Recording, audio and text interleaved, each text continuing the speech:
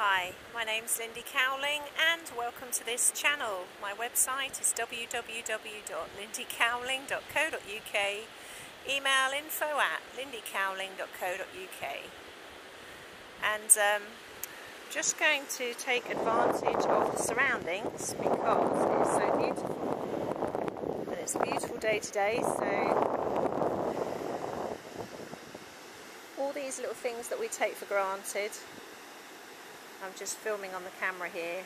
There's a lot of life force I can feel standing here. A lot of energy coming off the sea, a lot of energy coming off the rocks, a lot of energy coming from the beach. It's full of life. Life is surging through here. You can see the river there, just the river just working its way back down to the sea again. So I'm going to try something a little bit different. I'm going to film while I'm walking along. It might not come out at all, it might come out lousy. So I'm going to make it a short video just in case you can't hear my voice well, or in case I'm suddenly surrounded by people, although it's quite quiet here at the moment, or in case, you know, this is not coming out the way I'd like. So the title of this short video is Love yourself enough to let go. Love yourself enough to let go. So what do I mean by that? So whatever situation you are in, whether you are connected with a catalyst, whether you're connected with a soulmate, whether you are connected with a twin flame, whether you are connected with an ascensionary soulmate, or none of the above. If you are in a situation where you are basically obsessing, becoming neurotic, becoming ill, becoming distraught, becoming sick, and you are being knocked sideways off your path because of it, and you're losing time, you're losing health, you're losing your way, and you're getting knocked off your, let's say, your higher timeline, that's the time to sit up and take notice. And regardless of what that connection is, love yourself enough to consider what is going on for you, what is going on within you, why you are being affected in the way you're being affected, what it's bringing up for you. You're given a golden opportunity to go inward,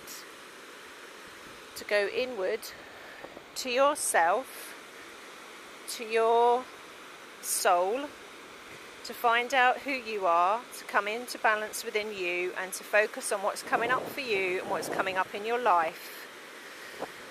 What's coming up in the marriage you're already in, or the partnership you're already in, or with the boyfriend and girlfriend you're already with, or with the job you're already in, your lifestyle you're in, your belief systems, your programming, everything. That is the golden opportunity here to look at this. And what most people do is they don't do that. And what most people do, oh, I'm just looking at the rock pools there, see if I can see anything in them. What most people do is they focus on the other person that has triggered this in them. So they focus on the twin flame, or they focus on the soulmate, or they focus on the catalyst, and they don't focus on the golden opportunity of what it's bringing up for them. The most commonly asked questions I get is my twin flame, is my soulmate, is my partner, is my catalyst, is this person I love, is this person that I'm connected with thinking of me? What do they think of me? What do they feel about me? Are they thinking about me 24/7? And whilst I can answer that to a certain degree on reading the energy, that's really not the point of it. The whole point of it is to not be obsessing and focusing on them, but on focusing on yourself. Because you can't move forward and you can't get to the next stage of the process by focusing continually on them. You have to focus on yourself. You have to come in to a space of balance and relationship with yourself, to understand who you are, so that there is no need in the same way, there's no dependency in the same way. It doesn't mean to say you don't want to be that person, it doesn't mean to say you won't have the opportunity to be that person, but it's different. It's not in the same way. You're not hoping they will solve something in your life for you or fix something in you. It's different. You're meeting them on a level playing field. In other words, it's a transition from being unconscious to conscious. That's the gift of all these connections, regardless of what they are. So where people loop into pain, just filming this dog in the rock pools, where people loop into a lot of pain is where they don't take that part of the opportunity and they keep focusing on the other person. And they can sometimes keep focusing on that other person for weeks, months, even years of it. And instead of looking at themselves and making changes within themselves and their life, because they're focusing on the other person, that's not happening, and they get stuck. They get stuck, they get stagnant, and they go into that place that I've talked about on camera before. They go like the rag doll in the washing machine, they go into the cycle of suffering, they go in that pit of despair, and round they go. And sometimes they don't get out for a very long time, and some don't get out at all. So really this video is a heads up on that, and a reminder of whatever kind of connection you're in, not to fall into that trap in a way, but to look at all the aspects that are coming up for you.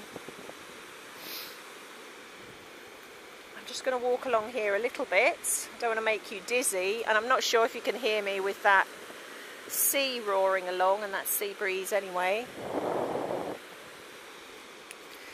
Where I am now, it's all about life. Walking along here at the moment, it's vibrant with life. There's a lot of life, there's a lot of life force.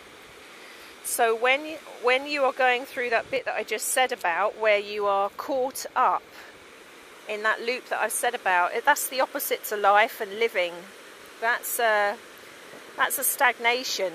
It's the opposite to what the opportunity is giving you. Everybody gets caught up that way, some worse than others. I got caught up that way. So there's no judgment in this.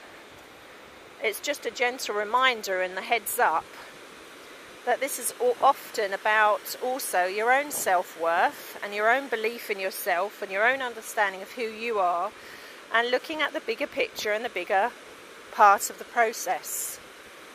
And where people get in that ghastly pain is where they look at it in a too linear fashion. They loop back into the old energy and the old paradigm and the old relationships and the old way of doing things, and then they wonder why they can't move forward.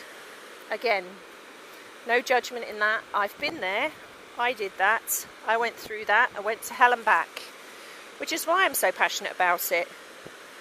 Because if I can help some of you avoid going through that bit of it, or at least not go through it really badly, or not for long, then that's great, isn't it? So, as I said again, where I am now is there's a vibrant energy of life coming off here. So there's the sea pounding against the shore, there are rock pools full of life, the sun's shining, there's a gentle spring breeze. It's very quiet, there's hardly anybody on the beach. And it's lovely actually, I can feel the energy coming off it. So again, it's the opposite to what I'm talking about here, where your life force in a way dwindles while you're caught up in that cycle. So if you are caught up in that cycle, please try and get an assistance with unlooping yourself from that, get the heads up on that. And again, balance, balance, balance.